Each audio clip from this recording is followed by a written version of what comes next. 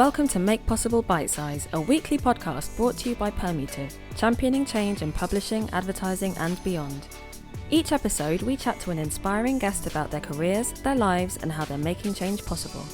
Let's bite right in. Hi everyone, I'm Maria Campbell, VP of People at Permutive. Welcome to the Make Possible Bitesize, a podcast series in which inspiring people share how they're championing change and making a real difference in their field. We ask three thought-provoking questions of our guests and we'll get their answers to you in less than 10 minutes. Today on the show, I'm joined by Abadesi Osunsade, founder and CEO of Hustle Crew and VP of Global Community and Belonging at Brandwatch. Hi Abadesi. Hey Maria, thanks for having me. Thanks for joining. Before we go into our questions, how about a quick overview of who you are and what Hustle Crew is and what your role at Brandwatch entails? Yeah, sure thing. So I've worked in tech for about a decade now in growth and product roles, companies like Amazon, Groupon, Product Hunt. And in 2016, I started Hustle Crew, a careers community for the underrepresented in tech with a mission to make tech more inclusive. So we're part community, but we also work with companies to teach them about why teams aren't diverse by default, helping them understand bias, privilege, and structural oppression. And at Brandwatch, I'm in a newly created role that has kind of been in the planning for quite a few years, but with all the events of Black Lives Matter over June 2020, really kind of catalytic moment, feeling the urgency to have someone in a leadership role that really owned the company's efforts to be more equitable, but also in light of the pandemic and transitioning from a company with global offices to a remote optimized company, a real need to have someone focused on, what it is to be a part of the Brandwatch community in this quotation marks new normal. It's not a very normal new normal, is it? No, it's like a new abnormal wake me up from this nightmare, but I guess it's here to stay. Yeah. Cool. So let's kick off with our first Make Possible question. Our guests have found it challenging, and I think you're going to find it hard with just one answer. What are you most proud of? Yeah, that is a tough question. I feel like there are so many things that I'm proud of, but I think, this year Hustle Crew kind of crossed a milestone of over 200 workshops delivered. And I'm extremely proud of that because when we first started, we didn't even think that workshops would ever be a part of our roadmap. We were just so focused on being a community and focused on creating content. What are the things that underrepresented tech professionals need to know about that relate to the unique obstacles that they face when they're trying to build their careers. But we soon realized that was only part of the problem, because if we as women or people of color did everything we could to be the best possible candidates, it didn't really matter if we would then go into cultures that were toxic or ignorant of things like structural oppression. So the fact that we've hit this incredible milestone of delivering over 200 workshops with tech teams everywhere from the Valley to London and beyond makes me feel like we have sparked impactful conversations about bias, about privilege, and about structural oppression. And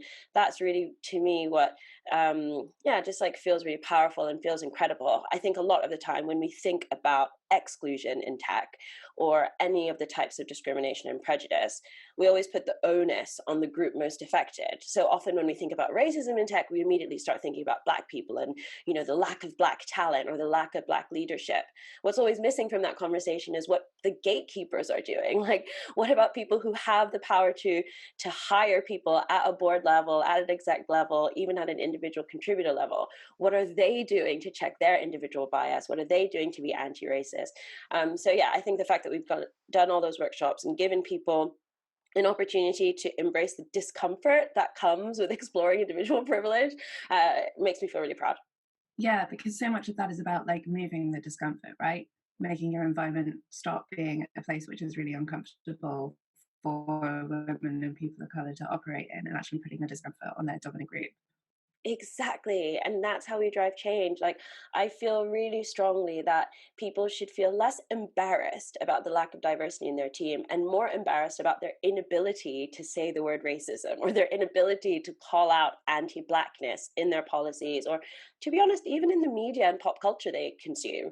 I think if we want to be serious about building equitable habits, then we have to remember that these habits apply not only in the Zoom meetings or like not only when we're like strategizing for the next quarter, it's all the time. Like, you know, if anything, it's maybe even more powerful when we bring it into our personal domain, when we challenge that relative that says some problematic things, or when we challenge our friend at the pub and go, wait, hang on a minute, like, let me check you there. Like, what data do you have to back that up? When we have the courage to start doing that as individuals and agents of change, that's when things are really going to start accelerating. Yeah. So moving away from actually, why is the pipeline leaky, and more like, let's actually patch this pipeline. Absolutely. And I think that's the fear is like the risk of failing. Like, what happens if I try this thing and I'm ostracized, or someone calls me out, or someone makes me out to be, you know, political correctness gone mad or anything like that. But I think once we actually start trying, we'll know the real outcomes. And for now, it all just feels hypothetical. Thanks. Our second question focuses on work. What are you focusing on today to move onward and upward, both with Hustle Crew and a Brandwatch? Yeah, so I'll start with Hustle Crew. I think when I first launched Hustle Crew, I built a no-code platform purely because of my own limitations with engineering. Um, but over the last 4 years, it's just been incredible, like the rise of like no code tools and turnkey solutions. So one of the things I'm focusing on is scaling my company without having to scale my team much more. I mean, right now we are, you know, a lean team of about, you know, 10 folks. And what I'm trying to do is increase the number of clients we work with in terms of delivering workshops without actually having to like increase the number of people dealing with those client relationships and dealing with the ops and the admin and the chasing of invoices. So we're incredibly grateful to run off of Squarespace because they're integrated with pretty much everything from Stripe to Zoom to, you know, Google Calendars. So, you know, with the right backend integrations all connected, you can pretty much scale up really quickly, leaning into all of those things. So yeah, on the Hustle Crew front, it's really like automations to support a small team as it takes on new clients. And it's just really fun to see all the cool tools that are being launched every week, really, to make that easier. And then I think with Brandwatch, you know, being in a newly created role, it's like hard to not have imposter syndrome because, you know, you really want to live up to this expectation, but the expectation is something different to each person, and you're sort of delivering as you're building out that role. And that's really tough, but absolutely nothing new when it comes to tech and startups, right? This is what we do all the time. So what I'm focused on is actually like creating shared outcomes and shared metrics that align with the type of investments we're going to make. Because historically, if you think of, let's say, the belonging part of my role, what does that look like in terms of success metrics? It might look like increasing representation on your team at different levels. But what happens when you are in a recession and you're actually not hiring as much as you used to? You know, we went from a place of hiring hundreds of roles over one financial year to now maybe hiring a few dozen if we're lucky, just because the business environment has changed. So I now need to demonstrate that the effort we're making is still driving significant change. That change just looks super different. So I'm thinking about habits once again, like what are these habits that make us act more equitably, whether we're a recruiter, a customer success manager, a product designer, an engineer. What does that look like, and how can we measure that to show everyone across the company, stakeholders especially, that everything we're investing in is valuable and is worth it? And then the second piece of that is, how do we create opportunities to connect beyond the transactions of our daily roles, right? Because we're not hanging out in the office anymore. We're not having team lunches. We're not like, you know, hanging around, like doing like fun activities on a Friday afternoon. So what's happening is this exhaustion, fatigue, and burnout because people have lost this sense of identity that connects them to the company. The only time they connect with it is when they're at a meeting or when they're delivering a piece of work, and community is about so much more than that. So how do we foster that in a way that doesn't feel like forced fun, but still creates the spontaneity that we had in the office? That's something that I'm really focused on, and want to have like a bunch of experiments lined up for the rest of the year in 2021 to see what works. That sounds like such a huge challenge, like rebuilding that kind of community while being remote during a pandemic, while also making sure that it is as inclusive as possible and gives people the sense of belonging that they need at work.